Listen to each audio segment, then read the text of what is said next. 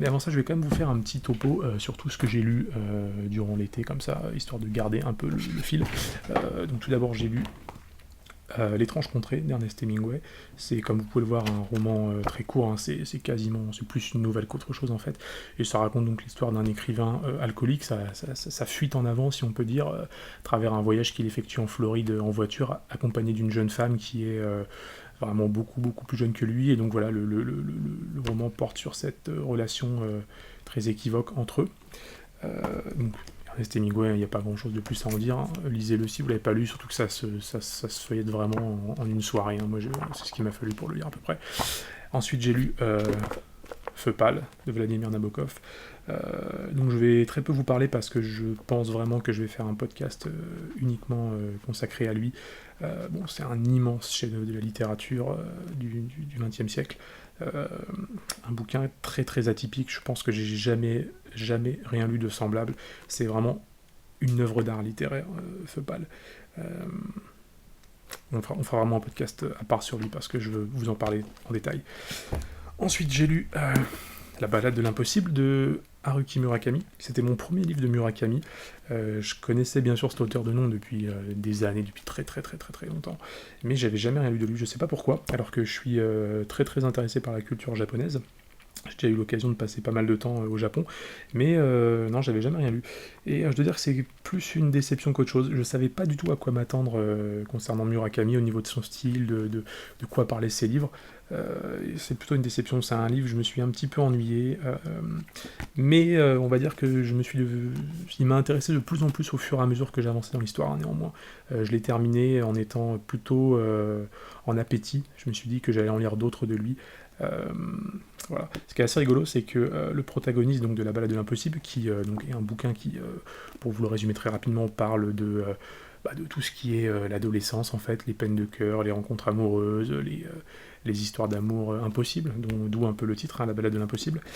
Donc ce qui est assez rigolo, c'est que le personnage principal, qui est un assez gros lecteur lui-même, lit dans le bouquin un peu tout du long La montagne magique de Thomas Mann, qui est un livre que je lisais moi-même en parallèle, que j'ai toujours pas fini de lire parce que c'est un pavé absolument énorme.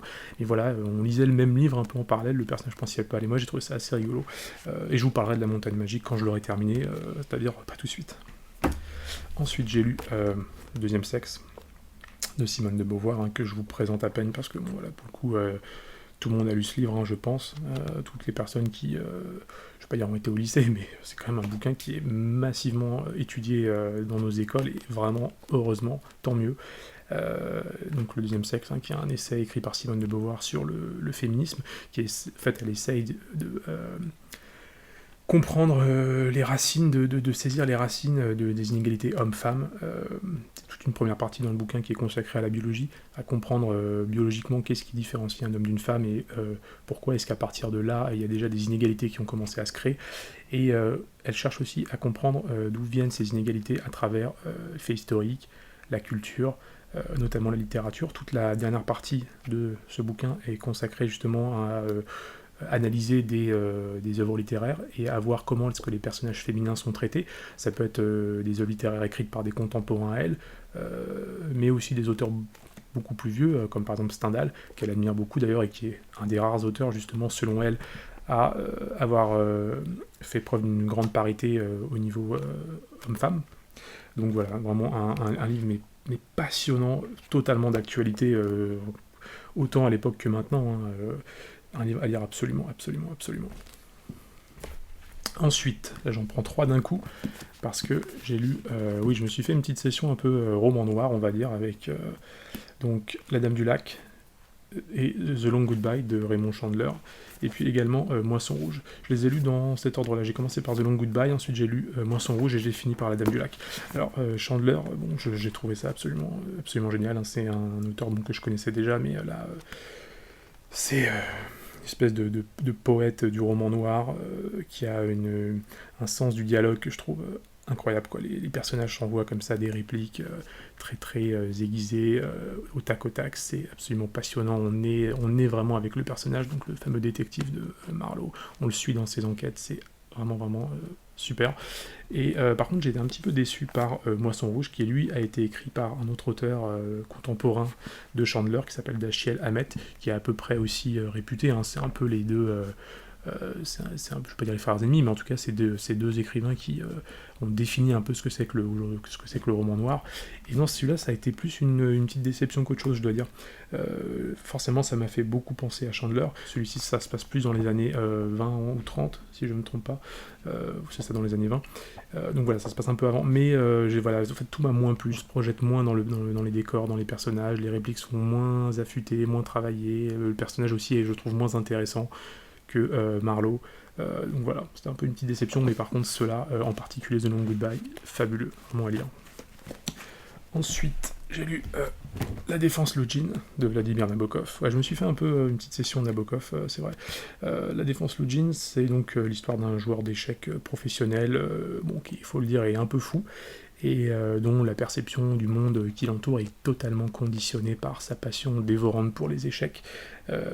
Ce type qui a entretenu une espèce de relation qui devient peu à peu toxique avec sa femme et qui devient en fait toxique même pour tout son entourage. Vraiment l'histoire un peu de la folie d'un homme qui s'embarque dans sa passion, voilà. Et je pense que c'est un bouquin qui a pas mal inspiré cette série là, qui cartonne en ce moment avec Anya Taylor-Joy, qui s'appelle The Queen's Gambit. Je crois que c'est le jeu de la dame en français. Voilà, qui traite aussi d'une nana qui est une joueuse d'échecs professionnelle. Moi personnellement, la série, j'ai regardé 2-3 épisodes et j'ai décroché, ça m'a vraiment pas intéressé, mais le bouquin est vraiment super pour le coup.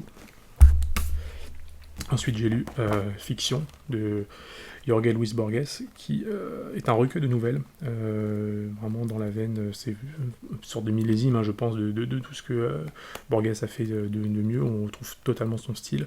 Je ne vais pas beaucoup vous en parler parce que Borges, c'est un auteur qui est tellement complexe à appréhender, complexe à expliquer pour les gens qui ne connaissent pas vraiment ce qu'il fait, qu'il faudra que je lui consacre un podcast à part entière, ce que je ferai peut-être d'ailleurs quand j'en aurai lu d'autres de lui, que je connaîtrai un peu mieux cet auteur.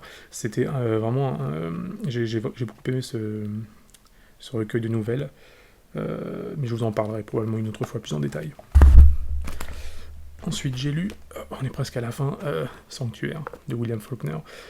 Voilà, Faulkner, hein, que tout le monde connaît. De quoi ça parle, Sanctuaire? Ça relate en fait une espèce d'anecdote sinistre d'un viol. Ça se passe donc dans les années 20 ou 30, à peu près à l'époque de la Grande Dépression américaine, donc dans les années 30. Et donc c'est cette nana, une espèce de bourgeoise un peu, une jeune femme d'une bourgade de l'Amérique profonde qui se fait violer alors qu'elle atterrit un peu par hasard, on va dire, dans une maison de moonshiners, qui sont donc des contrebandiers d'alcool à l'époque de la Prohibition, et qui donc se fait violer par un des bandits, on va dire. Et donc voilà, le livre est un peu une étude de la société de cette époque et des retombées on pourrait dire d'une anecdote aussi sinistre sur toute la population, tous les ragots qui en résultent, etc. C'est vraiment un livre assez glaçant, je dois dire, qui met vraiment mal à l'aise. L'écriture de Faulkner, elle est absolument au poil, comme toujours, mais là, je trouve que vraiment pour raconter ce genre d'histoire, on se rend compte à quel point ce type vraiment a une précision dans les mots qui est parfaite, quoi. Et on arrive presque à la fin. J'ai lu aussi Pays de neige de Yasunari Kawabata, pardon, je le prononce pas très bien, voilà, qui est un livre aussi qui se passe au Japon, un livre un petit peu dans le Japon traditionnel, on va dire, que j'ai lu un peu par hasard. Je cherchais à lire un petit peu de littérature japonaise. Je veux dire, c'est un petit peu une déception, je me suis un peu ennuyé, hein, pour être honnête. Pourtant c'est un livre assez court, mais je sais pas, en fait je me rends compte que malgré la passion que je peux avoir pour la culture japonaise, je me rends compte que j'ai un petit peu de mal avec la littérature japonaise, j'ai l'impression. Mais c'est un truc à creuser, hein, il faut vraiment que j'en lise davantage, mais voilà. C'est beau, hein, c'est assez transparent, c'est bien écrit, ça raconte grosso modo l'histoire d'un type qui se ressource dans une station thermale, dans ce qu'on pourrait appeler les Alpes japonaises, et qui vit une sorte d'histoire d'amour avec une femme, une sorte de servante locale. Ouais, je me suis un petit peu ennuyé pour être honnête, mais je vous le conseille quand même, ne serait-ce que pour en apprendre davantage sur ce pays vraiment extrêmement intéressant. Et enfin, alors j'en ai lu deux autres que je peux malheureusement pas vous montrer. Pourquoi? Parce que c'est des pavés monstrueux et que en fait je m'en sers pour caler la petite caméra qui est là, comme ils sont assez hauts. J'ai lu Du côté de chez Swann de Marcel Proust, dont je vous parlerai une autre fois plus en détail. Je pense que je ferai aussi un podcast à part sur lui. Et qu'est-ce que j'ai lu d'autre? J'ai lu Une chambre à soi, l'essai de Virginia Woolf, sur également le féminisme. J'ai lu un peu au même moment que Le deuxième sexe de Simone de Beauvoir.